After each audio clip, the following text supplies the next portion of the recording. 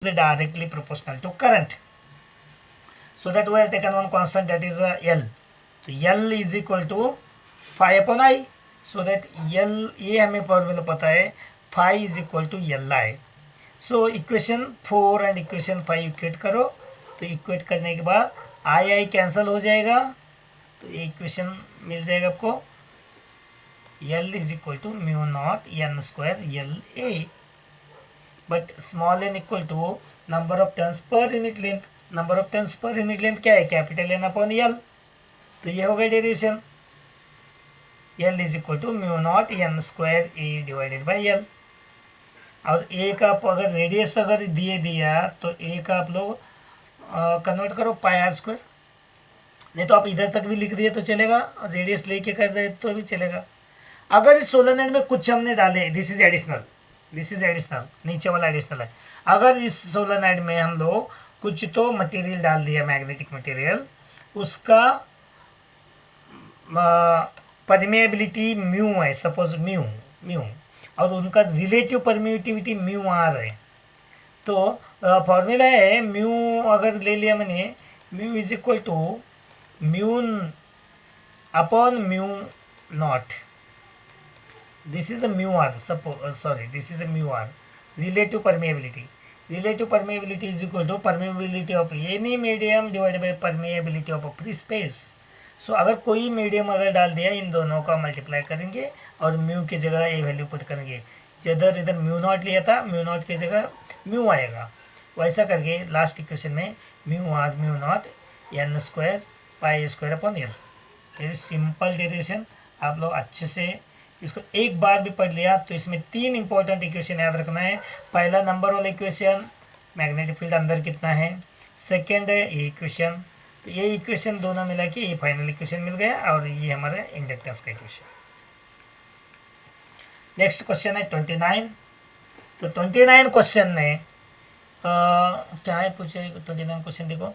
ये क्वेश्चन है dual nature का. Right 2 characteristics features observed in the photoelectric effect which support the photon picture of electromagnetic radiation. Photon picture पूछा, तो wave nature इधर नहीं पूछा. वेव नेचर फोटोन पिक्चर का एक्सप्लेन करता है, फेल्यूर ऑफ वेव नेचर उधर वही भी नहीं चले उसमें इस साल के लिए. तो फोटोन पिक्चर एक्सप्लेन करने वाला तो कोई भी एक 2 कैरेक्टरिस्टिक्स देना है हमें. Second question, draw graph between the frequency of incident radiation and maximum kinetic energy. Maximum kinetic energy है तो नॉर्मली हम लोग स्टॉपिंग पोटेंशियल का यूज़ करते हैं, तो इधर मैक्सिमम काइनेटिक एनर्जी पूछे. तो maximum kinetic energy of electrons emitted from the surface of photosensitive material and state clearly how this graph can used to determine Planck's constant and work function. Planck's constant and work function के लिए ये कैसा हम use करते हैं वो देखेंगे. तो पहला 2 कैरेक्टरिस्टिक्स बता दो. ये तो थ्योरी है, नोट्स में भी मैंने अच्छे से दिया है, देखो बुक में. All photons of light of a particular frequency have a same energy and momentum whatever the intensity of radiation may be. Intensity कुछ भी होगा तो उनका मोमेंटम एंड एनर्जी सेम होगा for a particular frequency. Okay. Second क्या है, photons are electrical neutral. वो electric field और मैग्नेटिक फील्ड में जाएगा तो वो डिफ्लेक्ट नहीं होगा. Means photons are electrically neutral, are not affected by presence of electric and magnetic field. तो ग्राफ क्या दिए देखो, ग्राफ सिंपल ग्राफ है. ये ग्राफ बहुत इंपॉर्टेंट है, बार बार इसके ऊपर क्वेश्चन पूछते हैं. इसके ऊर और क्वेश्चन पूछ सकते हैं. तो ये इधर तो क्या पूछा, प्लैंक्स कांस्टेंट निकालना है आपको, Planck's constant and work function. So ये प्लैंक्स कांस्टेंट का वैल्यू निकालने के लिए भी इसका क्वेश्चन आ जाता है न्यूमेरिकल में. इसको कुछ वैल्यू देंगे अगर स्लोप का वगैरह, फिर आपको वो न्यूमेरिकल भी पूछ सकते हैं इसके ऊपर. ये क्वेश्चन थोड़ा सा अच्छे से देख लेना एग्जाम जाने के पहले. ना पहला क्वेश्चन क्या है, इसमें फर्स्ट पार्ट है planks constant and second is work function. ये काइनेटिक एनर्जी एंड ये फ्रीक्वेंसी. सो ये फॉर्मूला है. इसका जो स्लोप ले तो क्या होगा बता दो सब लोग, क्या हो सकता है. अरे ये स्लोप लिए तो change in kinetic energy of change in frequency, so that is equal to h. वो तो एच का वैल्यू मिल गया हमें। क्यों एच का वैल्यू कैसे मिल गया? देखो frequency into h is equal to energy, simple formula है। एंड नेक्स्ट ये जो इंटरसेक्शन पॉइंट है नेगेटिव काइनेटिक एनर्जी के पास, अरे मैं आगे चल रहा हूँ, दिख नहीं रहा आप लोगों को। हाँ ठीक है, एक मिनट। ये नेगेटिव काइनेटिक एनर्जी जो है इधर का, ये नेगेटिव काइनेटिक एनर्जी का जो इंटरसेक्शन पॉइंट है स्लोप का, तो ये क्या इंडिकेट कर रहे हैं हमें? ये इंडिकेट कर रहे हैं work function. Work function that is kinetic energy. इधर जो काइनेटिक एनर्जी ये जो फॉर्मूले देख लो, इधर ये फॉर्मूले के इधर वर्क फंक्शन, एक मिनट इधर दिखा रहा हूँ मैं आपको, देख लीजिए। ये इस फॉर्मूले के हिसाब से kinetic energy h nu and minus work function, इसके हिसाब से ये क्या आएगा? Minus kinetic energy is equal to work function. Okay, so question number 30। अगर अभी हमारे 5 क्वेश्चन बाकी है और उसमें से 3 क्वेश्चन जो 5 मार्क का क्वेश्चन है वो सब ऑप्शन में, मतलब उसमें हर क्वेश्चन में ऑप्शन दिया है मैंने।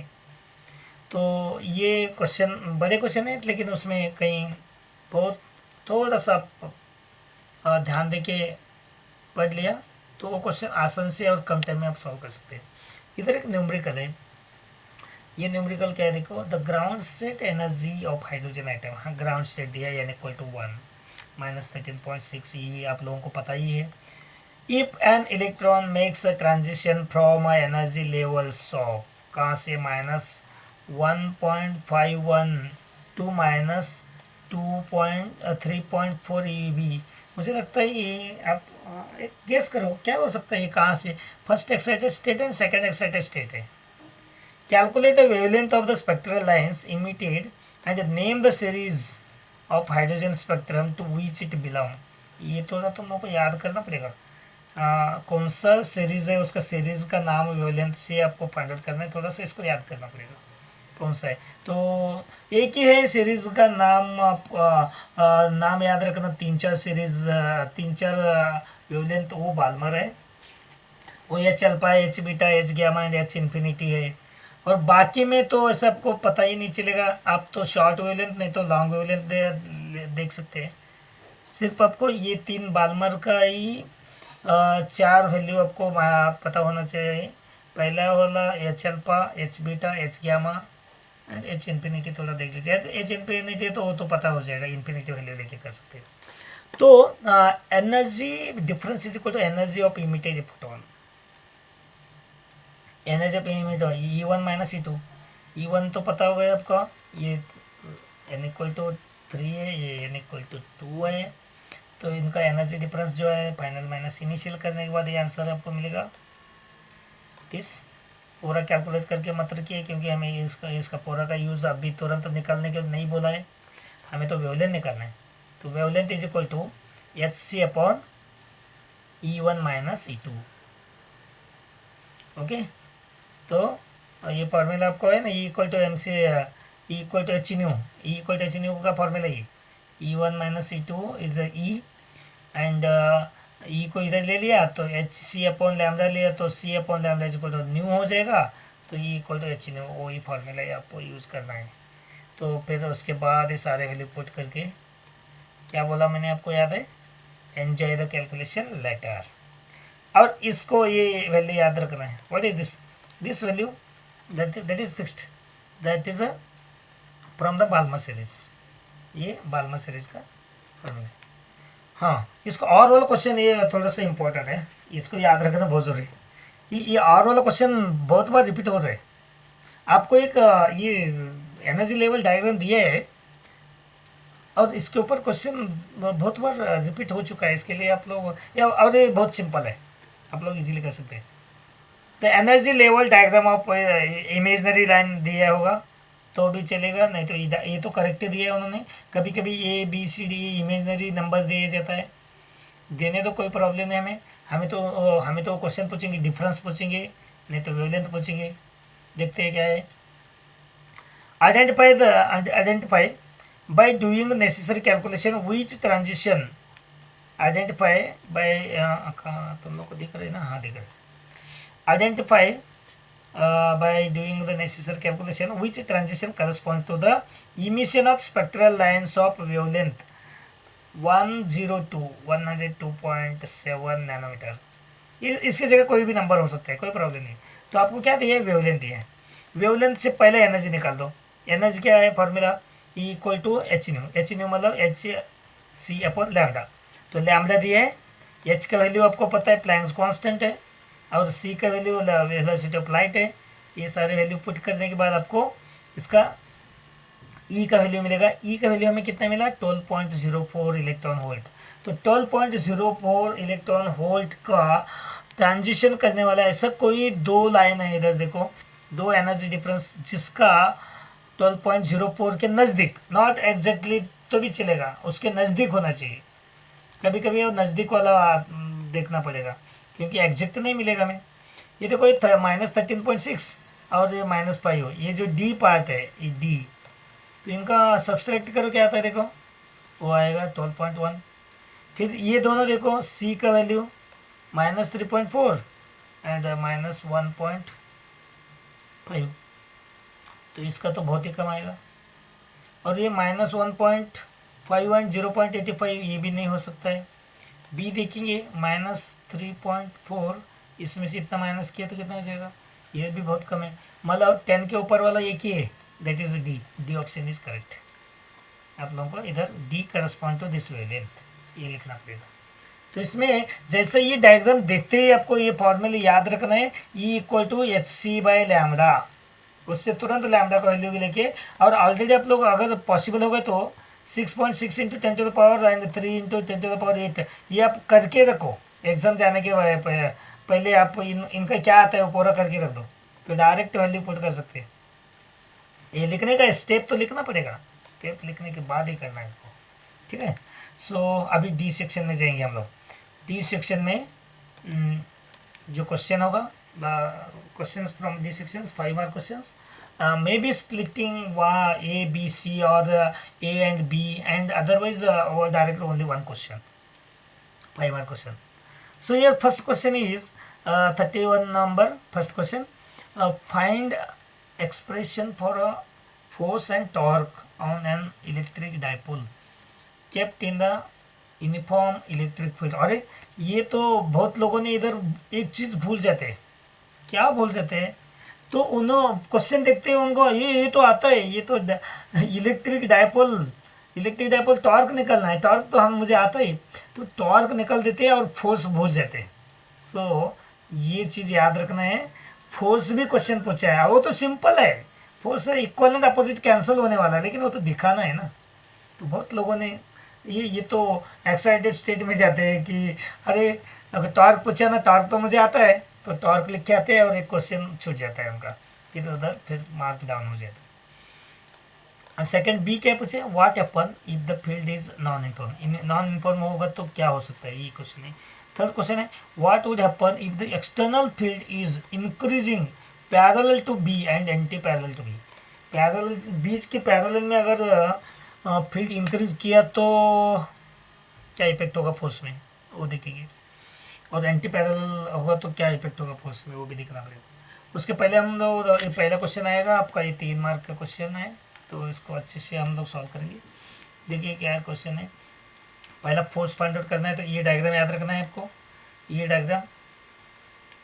देखो पहला क्वेश्चन का वैसे वही आपको मैंने बताया, जब भी डेरिवेशन लिखते हैं कंसीडर, लेट अस अज्यूम और सपोज, ये वर्ड यूज करके एक सेंटेंस बन जाता है। फर्स्ट क्या है उधर, क्या क्या दिए वही देखना है। डायग्राम पहले देखो, डायग्राम में क्या दिए, तो consider dipole placed in the uniform electric field, E ये लिख दिया।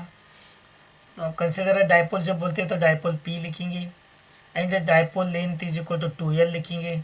तो ये थोड़ा सा डिस्क्राइब करना है, जैसे मैं एकदम स्टैंडर्ड इधर बना के दिया आपके लिए, आप लोगों के लिए, वो है ये देखो क्या है वो, consider an electric dipole placed in a uniform electric field of strength E in such a way that its dipole moment makes an angle theta with the direction of electric field, and the charge of the dipole are given, that is a minus q and plus q separated by distance 2l, that is a dipole length.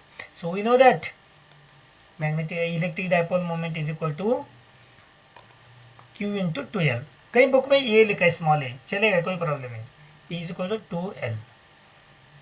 फिर इधर suppose plus Q के लिए हमने force F1 लेंगे, F1 is equal to q into E, and second के लिए हम लोग फोर्स F2 लेंगे माइनस क्यू के लिए, वो माइनस क्यू ई बन गया. तो ये इधर dipole making an angle theta, मैं आपको थोड़ा सा इससे समझा रहा हूँ मार्कर से. तो देखो इधर एंगल बन गया, तो एक फोर्स इस साइड है और दूसरा फोर्स है ऐसा इस साइड है, दोनों फोर्स इक्वल एंड अपोजिट है. इक्वल एंड अपोजिट बन गए तो टॉर्क बन गया. लेकिन आपको पहला फोर्स का डेरिवेशन बताना है. फोर्स का डेरिवेशन में क्या करेंगे, नेट फोर्स कितना एक्ट कर रहा है इसके ऊपर. एक फोर्स राइट साइड है प्लस क्यू को right side direction, and second force is left side direction, and the net force is equal to F1 minus F2. F1 is plus and F2 is a minus. So the total net force is equal to QE minus QE, that is equal to 0. First of all, you tell the forces, two forces acting on the dipole, and find the net force. Net force is equal to F1 minus F2. That is because the two forces are equal but in opposite direction. So that the net force is 0. This is a derivation for the force. Now next derivation for torque.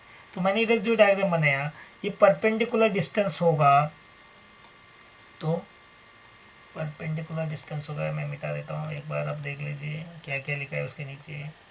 Perpendicular distance होगा तो ये perpendicular distance है 2l sine theta. अगर ये theta होगा तो opposite upon hypotenuse, so 2l sine theta ये होगा perpendicular force. Then this 2l sine theta is equal to into one of the force, that is equal to torque. तो इधर आ गया फॉर्मूला हमारा, torque is equal to QE, one of the force, into BN. BN is perpendicular distance. Then we know that Q into 2L. Q into 2L इधर क्या लिखा है हम लोगों ने, देखो Q into 2L, Q into 2L, Q into 2L है P. तो फिर लिखेंगे हम लोग torque is equal to P sin theta, because P is equal to 2L Q. So this is a derivation of a torque. Then इसमें एक question, अगर एक वेक्टर फॉर्म में लिखना है तो पी बार पूरा सी बार लिख सकते हैं. ये कुछ मैं एडिशनल लिखा है, नहीं लिखा तो भी चलेगा, आप इधर तक लिखेंगे. तो नेक्स्ट केस दिया है, अगर थीटा इज इक्वल टू 0 ले लिया तो टॉर्क क्या हो सकता है. थीटा इज इक्वल टू 0 लिया तो साइन 0 0, ये देखो साइन 0 0, तो टॉर्क क्या हो जाएगा, 0 हो जाएगा minimum. When theta is equal to 90, then torque is equal to P sin 90. इधर तो 0 लिखा है ना भाई, 90 है, P sin 90. P sin 90 क्या हो जाएगा, sin 90 is equal to 1. Then torque is equal to PE, that is the maximum torque at a 90 degree. B का जो क्वेश्चन पूछा था नॉन यूनिफॉर्म में रख दिया, तो क्या हो सकता है, नॉन यूनिफॉर्म अगर होगा तो इक्वल एंड अपोजिट फोर्स होगा ही नहीं है, नेट फोर्स कुछ तो होना ही है, क्योंकि एक साइड ज़्यादा फोर्स होगा एक साइड कम फोर्स होगा नॉन यूनिफॉर्म से नॉन यूनिफॉर्म फील्ड में. So that when the field is a non uniform, the net force will evidently be non zero. There will be translatory motion of the dipole, dipole का translatory motion होगा. Also net force acts on the dipole which depends upon the location of dipole in the non uniform field. मतलब force 0 नहीं होगा, and the net torque acts on the dipole which depends upon the location of the dipole. dipole का location के ऊपर depend करेगा वो non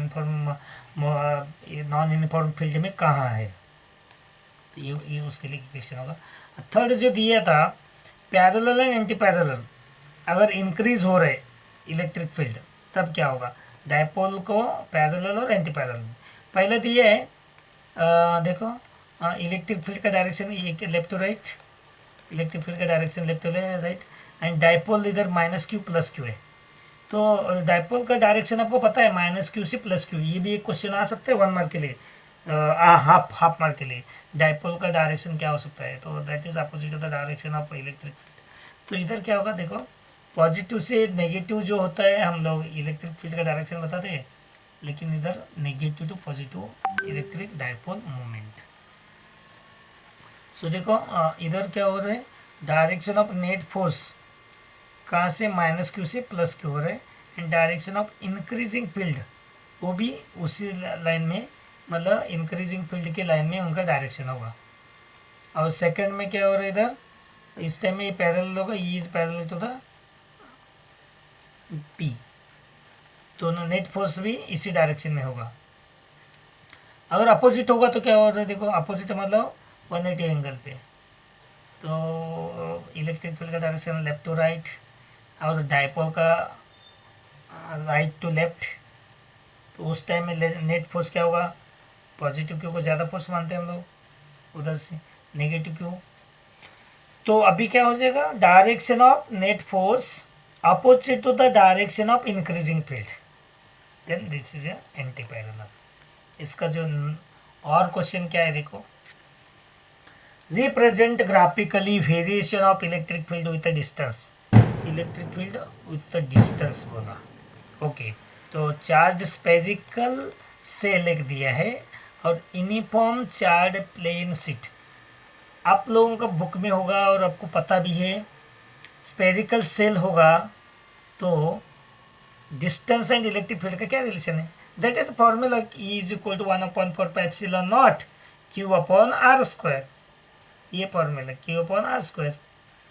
तो r square का E is inversely proportional to r square है, तो वो उसका ग्राफ तो आता है आपको, लेकिन यूनिफॉर्मली चार्ज प्लेन शीट होगा तो क्या हो सकता है, वो ग्राफ दोनों में इधर दिया है, देख लो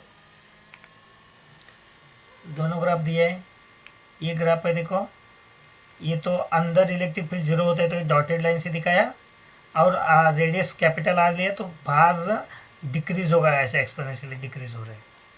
और ये जो प्लेट है, प्लेन शीट है, प्लेन शीट का फॉर्मूला हमें पता है, E is equal to sigma upon 2ε0। ये मैंने जो लिखा है एक्सप्लेनेशन, आपको ये लिखने का ज़रूरत नहीं है, ये आपको सिर्फ डायग्राम बनाना है, ठीक है, मैं आपको समझने के लिए एक्सप्लेनेशन लिखा है। So E is equal to sigma upon 2ε0, there is no distance matter, so ये डिस्टेंस के ऊपर कोई संबंध ही नहीं इधर, so it is independent of distance. So इसका आंसर क्या है, इसका ग्राफ कैसा होगा, straight parallel to the distance. Okay, distance से कोई डिपेंड नहीं है। और बी क्वेश्चन क्या पूछे देखो, और 600 pico farad capacitor is charge by 200 volt, 200 volt से इस चार्ज कैपेसिटर चार्ज किया फुल्ली, ठीक है। It is then disconnected from the supply, supply से डिस्कनेक्ट किया, is connected to the uncharged 600 capacity वाला ही अनचार्ज में 600 फैरेड पिको फैरेड कैपेसिटर के साथ जोड़ दिया। How much electrostatics energy, electrostatic energy is lost in the process. तो इलेक्ट्रोस्टैटिक एनर्जी में बोला तो एनर्जी का फॉर्मूला याद रखना है, कौन सा फॉर्मूला है एनर्जी का, अरे ये तो सिंपल है ना, U is equal to half CV²। हाँ ये फॉर्मूला यूज करना है मैं ना। ओके तो पहला फुली चार्ज किया, उसके बाद वो जो एनर्जी है वो फाइंड आउट करो, उसके बाद जब कनेक्ट करेंगे तो दोनों जब सीरीज कनेक्ट करेंगे तो क्या हो जाएगा, टोटल चार्ज दोनों का कितना होता है, Q1 + Q2 हो जाएगा, डिवाइड बाई टोटल पोटेंशियल होगा। तो ये टोटल V कितना होगा उसका, total V is equal to Q1 + Q2 divide by C1 + C2 हो जाएगा।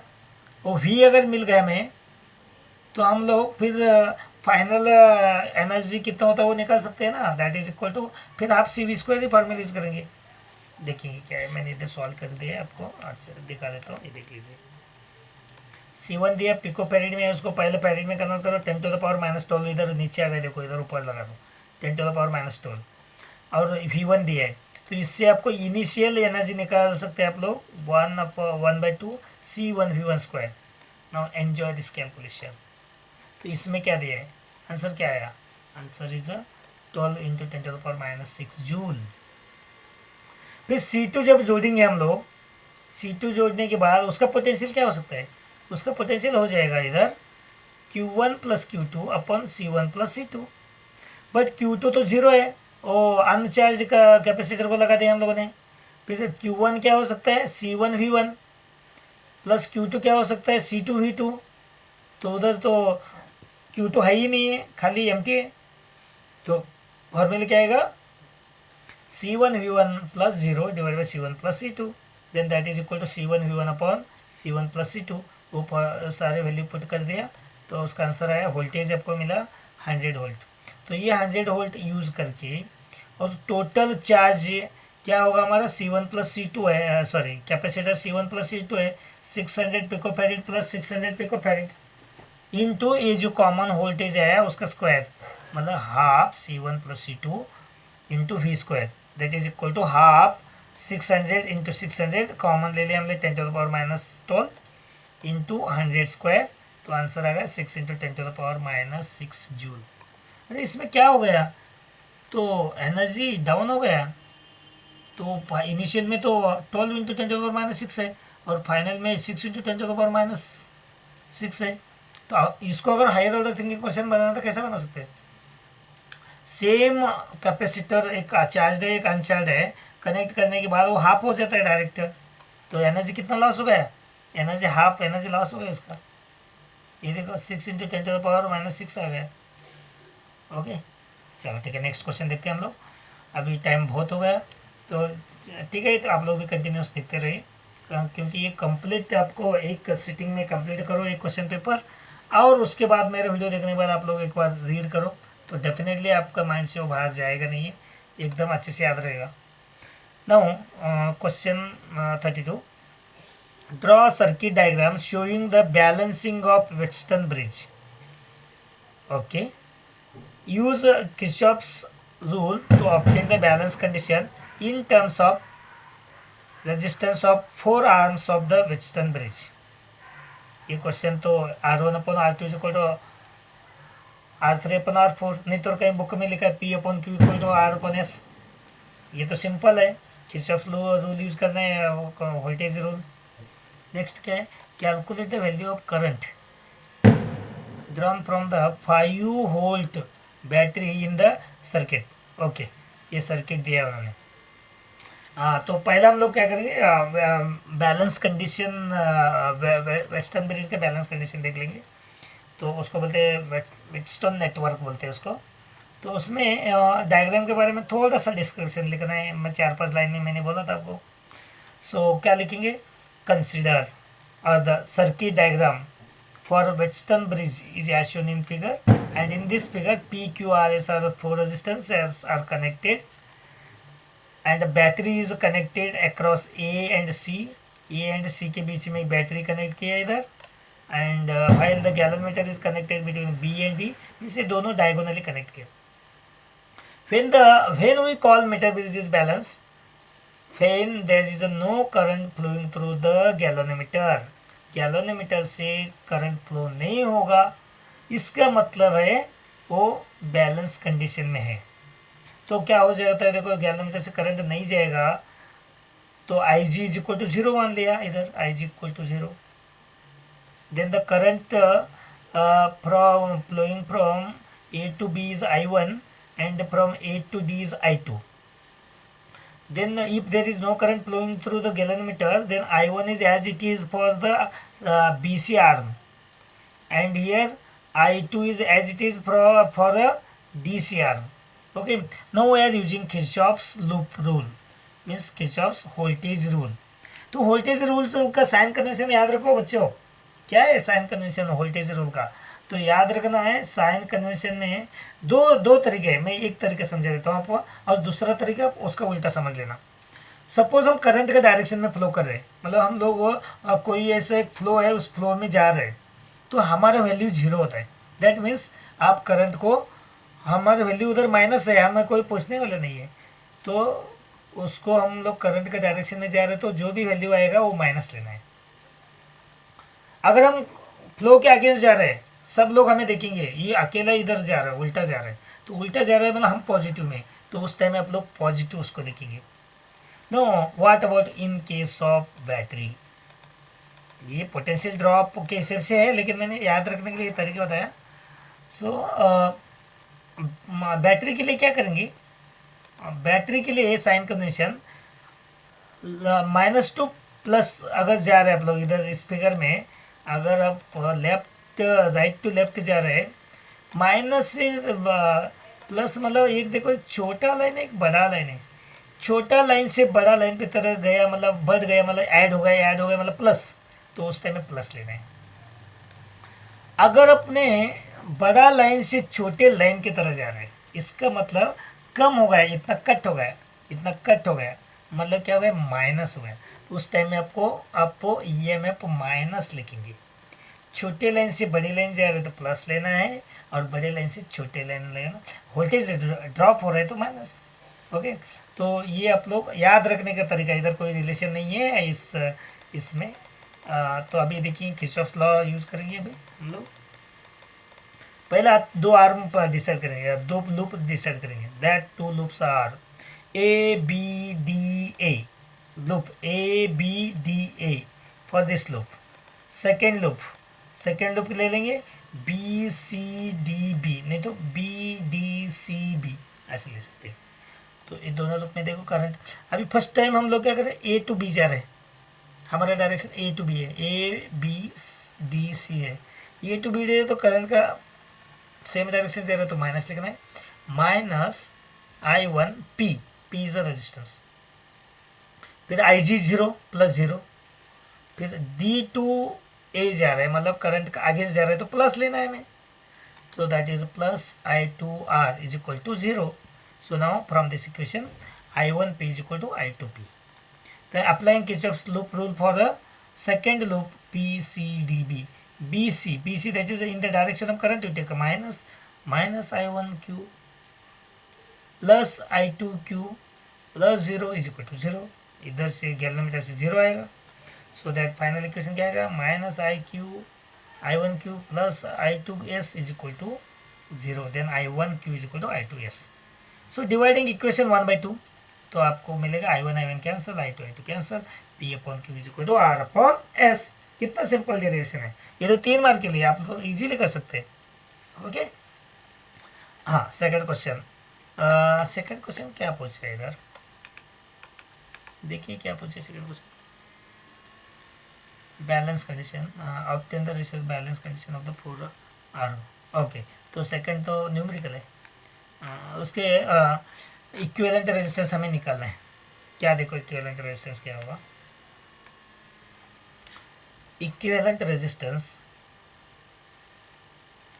ये जो वेक्सटन नेटवर्क को अच्छे से देखो, PQRS, तो P/Q is equal to R/S लिखा है हम लोगों ने। तो ये जो डायग्राम दिया उन्होंने इधर, ये डायग्राम में वही होता है, देखो ये जो बीच वाला अगर छोड़ दिया हम लोगों ने, इनका रेशियो सेम आ रहा है कि देखो 5/10, ये 5/10 और 10/20, तो रेशियो सेम आ रहा है, मतलब ये वेस्टर्न ब्रिज ही है, वेस्टर्न नेटवर्क ही है। तो फिर ये ऐसे ही कनेक्ट किया है, देखो इसका डायग्राम ऐसा मिल जाएगा हमें, 5/10 एंड 10/20। तो इधर गैलोनोमीटर है, समझ लो गैलोनोमीटर से करंट फ्लो नहीं हो रहा है, तो ये रेजिस्टेंस कंसिडर नहीं करना है, don't take this resistance. Now this 5 and 10 are series and this 10 and 20 are in series। इन दोनों का क्या आएगा, सीरीज आएगा, तो 5 + 10 इज 15, ये 10 + 20 इज 30। तो ये हो गया एक रेजिस्टेंस इक्विवेलेंट, और ये दोनों मिला के दोनों पैरेलल का फॉर्मूला यूज़ करो, तो पैरेलल का फॉर्मूला यूज़ किया तो आपको ये आंसर मिल जाएगा, इक्विवेलेंट रेजिस्टेंस इज 10 ओम। और करंट कितना आएगा, करंट मतलब करंट क्या है, I is equal to V/ total resistance. तो क्वेश्चन में करंट भी पूछा है कि देख लो एक बार, calculate the value of current ही पूछा है भाई, तो वो तो वोल्टेज भी दिया है, उसके पहले हमें इक्विवेलेंट रेजिस्टेंस निकालना पड़ेगा। कभी कभी एग्जाम में इक्विवेलेंट रेजिस्टेंस इतना ही पूछ सकते हैं, अदर और सेम और बियॉन्ड द क्वेश्चन, ये सेम क्वेश्चन कैपेसिटेंस में भी आ सकता है। कैपेसिटर ऐसा कनेक्ट करके जोड़ेंगे तब आप लोग बोलेंगे अरे ये तो वेटस्टोन मीटर ब्रिज तो हम तो करंट में देखा है, तो इधर कैपेसिटेंस में क्या ऐसा आएगा? ऐसा नहीं है। ये कैपेसिटेंस के लिए भी ये आप यूज़ करेंगे, ठीक है। ये कैपेसिटेंस का भी सर्किट डायग्राम ऐसा ही देंगे तब आप लोग को इक्विवेलेंट कैपेसिटी निकालने के बोलेंगे, नहीं तो क्यू चार्ज निकालने के बोलेंगे। इधर जैसे करंट निकालने को बोला है ना। ओके, सो ये क्वेश्चन कंप्लीट हो गया हमारा। इसका आंसर आ गया 0.5 एम्पियर।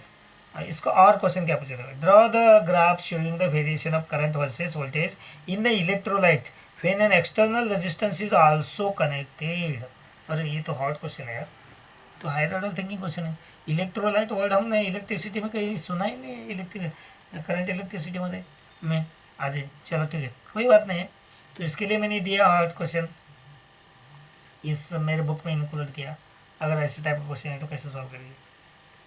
सेकंड क्वेश्चन क्या था? Graph between R and temperature of H G mercury is shown here, explain the behaviour of H G near the 4K temperature में कितना एच उस क्या बिहेवियर है वो देखना है, देखेंगे हम लोग। नेक्स्ट का क्वेश्चन है, हाँ नेक्स्ट क्वेश्चन पढ़ने के पहले दो सॉल्व करेंगे हम लोग। पहला क्वेश्चन है करंट एंड वोल्टेज है इलेक्ट्रोलाइट निकलना है, वो तो ये ग्राफ ऐसा है। तो this is also like Ohm's law. ये ऐसा ग्राफ है, सिंपल ग्राफ है, आप लोग इसको याद रखना। इलेक्ट्रोलाइट दिया और एक्सटर्नल रेजिस्टेंस भी दिया तो ठीक है। Now next second part 4K में इधर क्या होता है वैल्यू, इसका क्या वैल्यू है 4K में? देखो एक बार 4K what is the value at 4K? At 4K resistance is 0। तो what is the zero resistance means? Zero resistance means there is a no resistance in the circuit, that is the superconductor. So this Hg at 4K act as a superconductor. तो मतलब ये superconductor का behaviour, resistance zero है ना, 4K temperature पर resistance zero है, that means that act as a super conductor. So we can say the Hg behave as a superconductor at a temperature 4K. Third question.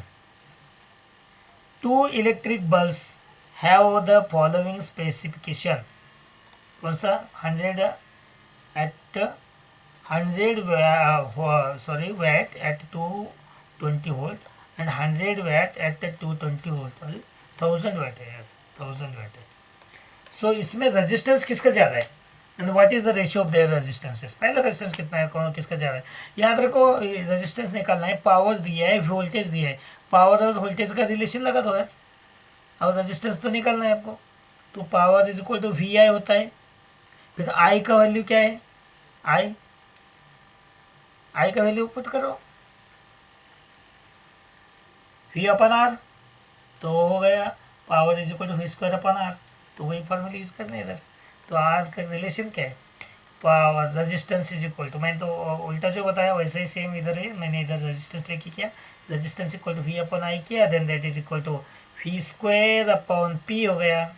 P² मतलब आपको मैं पता है P is equal to, अभी भी मैंने discuss किया था ना, P इज इक्वल टू क्या लिखा बोला था मैंने, P is equal to VI, और फिर क्या है V as it is, I equal to V/R होता है, that is equal to V²R।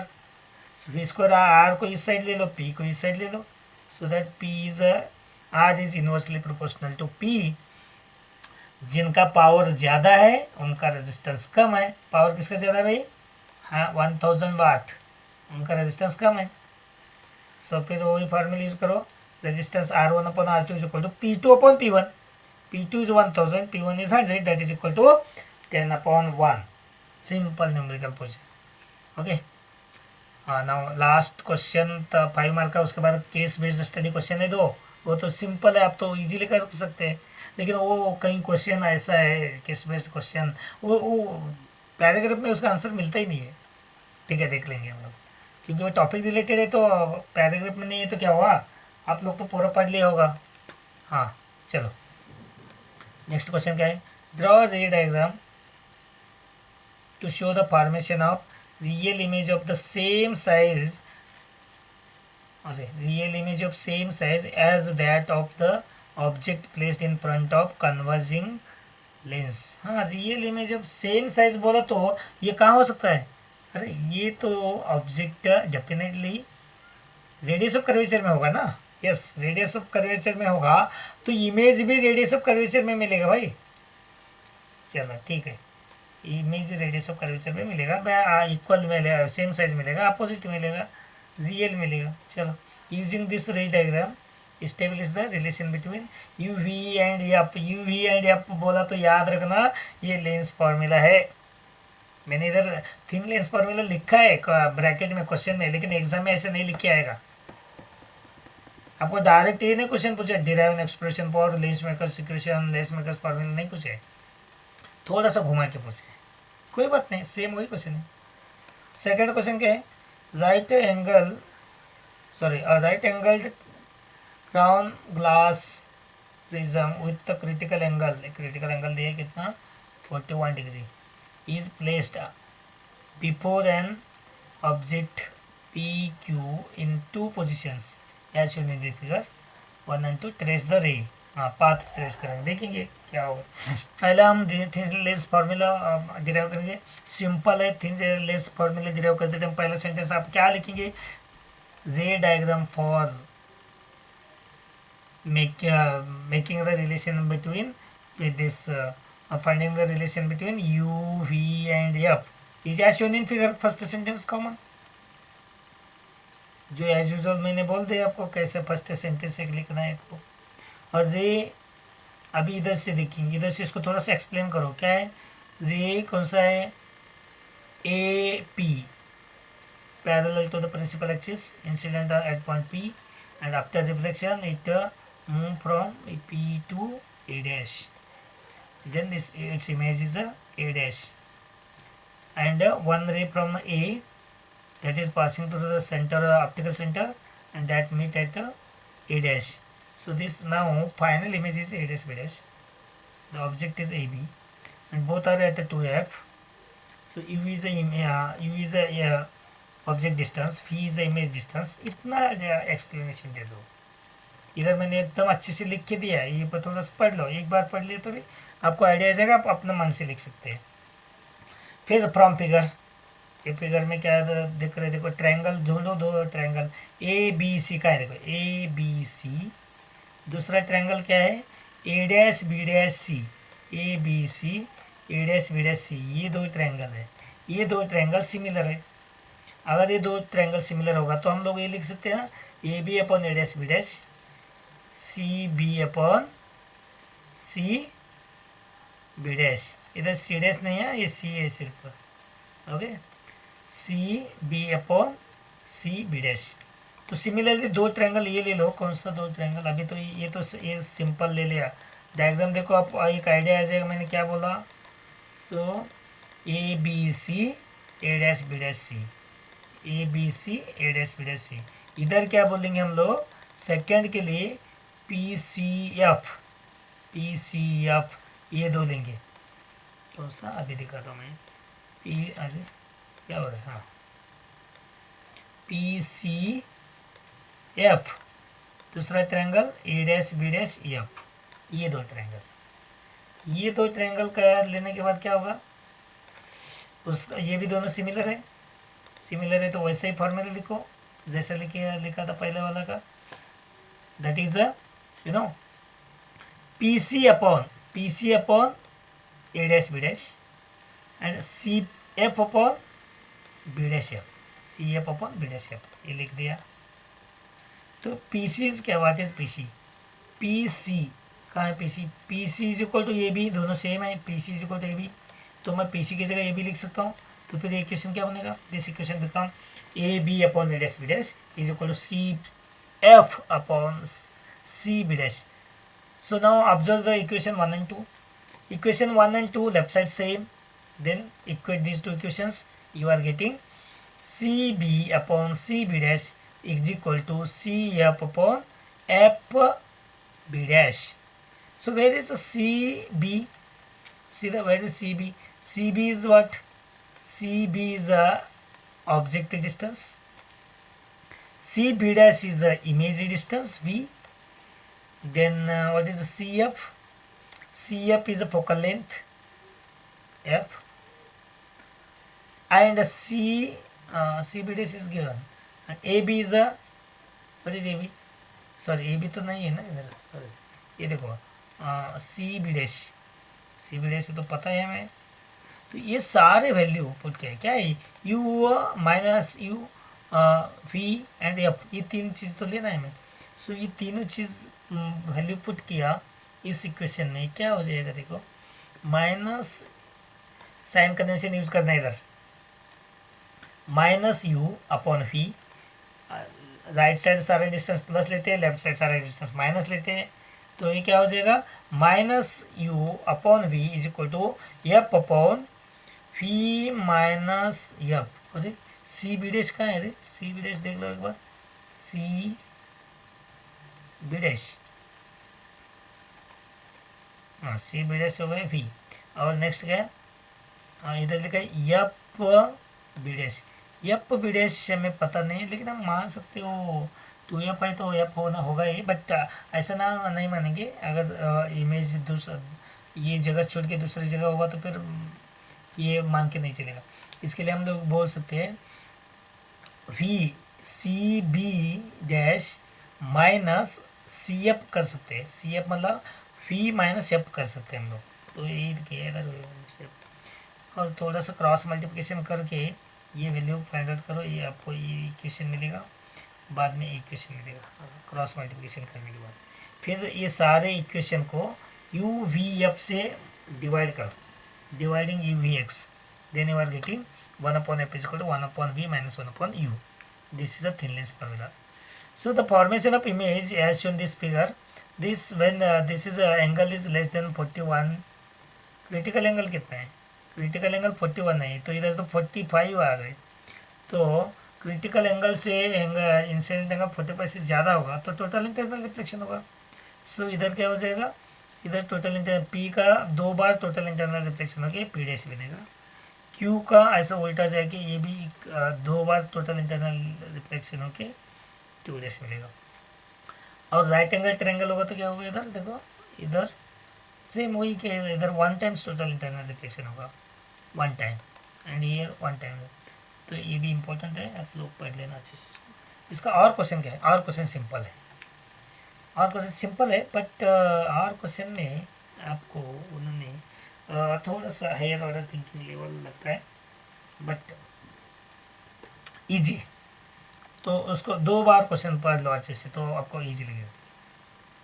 A convex lens is placed in contact with plane mirror, एक plane mirror convex lens, diagram में मैंने दिया, लेकिन आपका डायग्राम दिखेगा नहीं, सिर्फ आप इमेज करना है, इमेजिन करना है। A point object at a distance of 20 centimetre on the axis of this combination has its image coinciding with itself. What is the focal length of lens? पहले देखो convex and plane, convex and plane mirror दोनों combine कर दिया। अब point object is 20 centimetre पे रखा है on the axis of the combination, and its image coinciding, image फिर उधर ही बनेगा, 20 सेंटीमीटर में ही इमेज बनेगा, तो फोकल लेंथ क्या होगा, अरे दोनों सेम है, यू भी सेम है, वी भी सेम है, तो कॉम्बिनेशन ऑफ लेंस का पहला formula 1/f is equal to 1/f1 plus 1/f2 करना है। तो मिरर का तो फोकल लेंथ इन्फिनिटी होगा ना, तो मिरर का फोकल लेंथ का इन्फिनिटी होगा, तो 1/f is equal to 1/f1 plus f2 आप करेंगे, तो 1/f2 इन्फिनिटी होगा, तो 1/f मिलेगा f1, तो f1 मतलब वही हो गया उसका focal length 20 centimetre, focal length 20 centimetre मिलेगा ना, क्योंकि कॉम्बिनेशन का वही मिल गया हमें, तो 20 सेंटीमीटर, तो वही फार्मूला यूज करो आप लोग, 1/u, 1/u कितना भाई, माइनस यू, वी पे उधर है माइनस वी, तो उसका आंसर तो 1/20 प्लस 1/20 इज इक्वल टू 2/20, अरे 1/20 ये क्या आएगा देखो, 1/20 सॉरी वही फार्मूला यूज करो 1/f वाला, सिंपल है, 1/f is equal to 1/f1 plus 1/f2। तो फिर तो नेट दोनों में से एक का किसका मिरर का फोकल लेंथ आपको पता है वो इन्फिनिटी होता है, तो 1/इन्फिनिटी कैंसिल हो जाएगा। तो 1/f इक्वल टू 1/f ऐसा कर सकते हैं, नहीं तो 1/u plus 1/u minus 1/v करो लास्ट में, वो भी वही आएगा आपका आंसर। देन सेकंड क्वेश्चन क्या है इसका, बी वाला, name the phenomena on which working of optical fibre is based. ये तो बहुत सिंपल क्वेश्चन है। What are the condition necessary condition for this phenomena occurs. अरे optical fibre total internal reflection, याद करो टोटल इंटरनल रिफ्लेक्शन होता है ना ऑप्टिकल फाइबर में। So optical fibre is based on total internal reflection. Then tell two conditions, दो ही condition है important.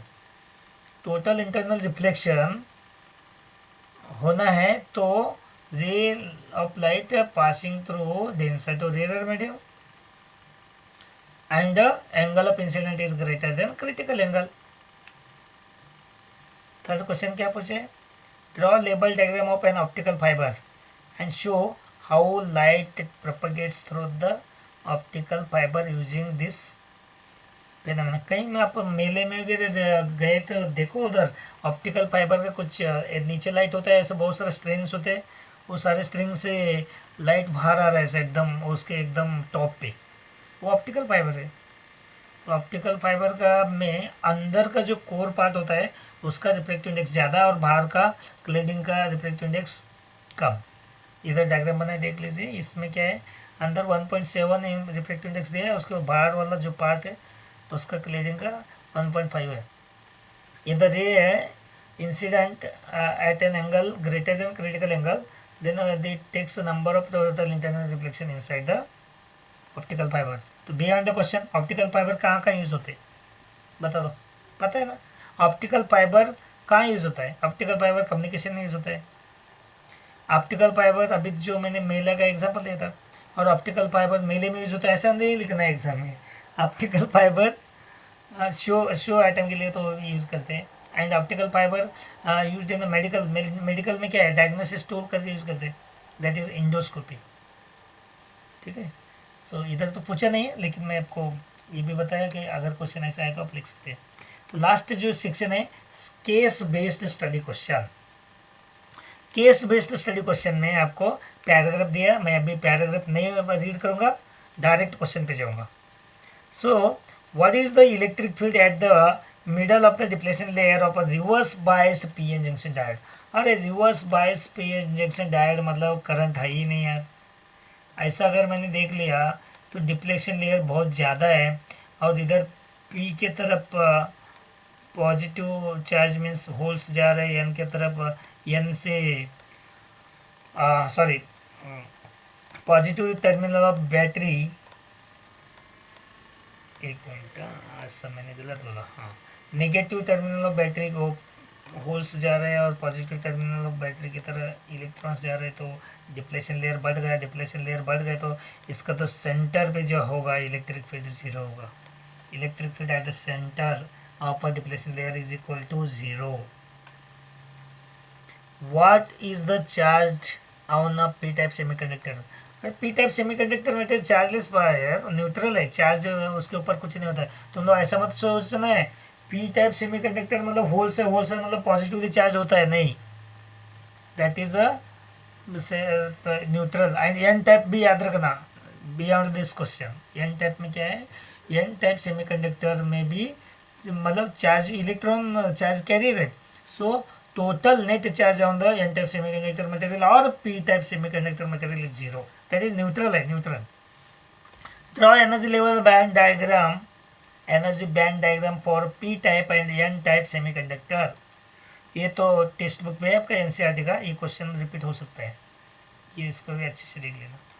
And difference between P type and N type, ये तो सिंपल है, आप लोग इजीली लिख सकते हैं, फिर भी मैं एक बार रीड करके बता दूंगा आपको। P type semiconductor electrical neutral होगा, second is uncharged, and diagram देख लीजिए थोड़ा सा सब लोग। तो इधर एक इधर दो ही होल्स है, ये जो वाइट में दिख रहा है 2 होल्स है इधर ही, और इधर भी 2 होल्स है। इधर भी 2 इलेक्ट्रॉन है, इधर भी 2 इलेक्ट्रॉन है। तो इसमें डिफरेंस क्या है कि इसमें acceptance energy level close to the valence band है, कंडक्शन बैंड है, वैलेंस बैंड है। तो इधर क्या है, ये डोनर एनर्जी लेवल है, donor energy level close to the conduction band. ये एनर्जी लेवल डायग्राम में ये दोनों लेयर आपको बनाना है, नहीं बनाना है तो मार कटेगा। ओके, और P type and N type आप डिस्टिंग्विश कर सकते हैं। पी टाइप क्या होता है, it is formed by doping pentavalent impurity and the electrons are majority charge carrier and holes are minority charge carrier. P type में it is doped with trivalent impurity and holes are majority charge carrier and electrons are minority charge carrier. तो उसके बाद last question है case based study question. मैं फिर पूरा paragraph नहीं पढ़ूंगा, ये आप लोग पढ़ लेना। फिर डायरेक्ट में जाता हूँ क्वेश्चन पे। क्वेश्चन क्या पूछे, what is the question, what is the condition for focal length of objective lens and eyepiece for a magnifying power of astronomical telescope. Astronomical telescope में इधर देखो, इधर सामने आपको दिख रहा है, इसमें कंडीशन क्या होगा फोकल लेंथ का दोनों का। तो किसका, एक का लार्ज होना चाहिए, एक का स्मॉल होना चाहिए। तो इन द नॉर्मल एडजस्टमेंट, मतलब जब इमेज इन्फिनिटी में फॉर्म होता है, in the normal adjustment focal length of objective should be large and focal length of eyepiece should be small for getting a maximum magnification.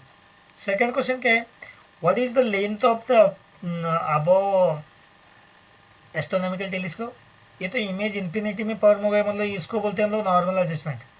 तो इसका length क्या है, इतना लेंथ है, इतना लेंथ क्या लिखा है इधर, F O plus F E, that is focal length of eyepiece plus focal length of objective.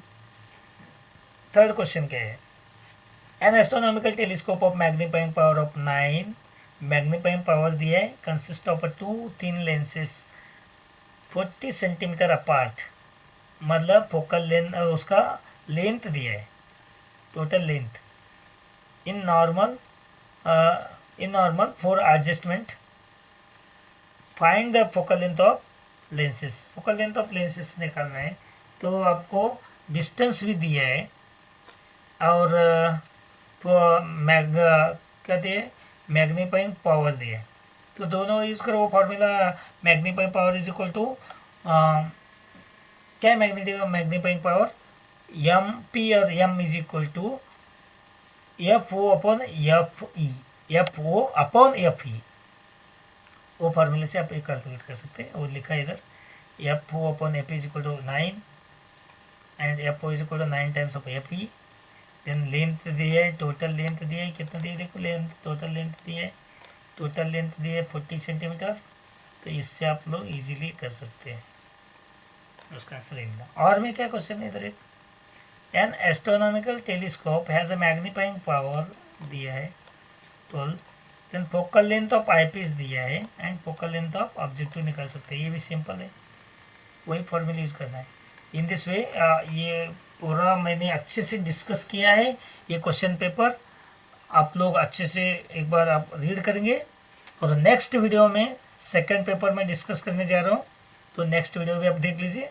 और डेली एक एक आपको मैं एक पेपर का वीडियो भेज दूंगा, और पूरा अच्छे से वीडियो देख लो और एक बार प्रैक्टिस करो। तो 3 पेपर होने के बाद एक बार लिख के प्रैक्टिस करो, तो आपको डेफिनेटली बहुत अच्छे मार्क मिलेगा फाइनल एग्जाम में। वंस अगेन जय हिंद।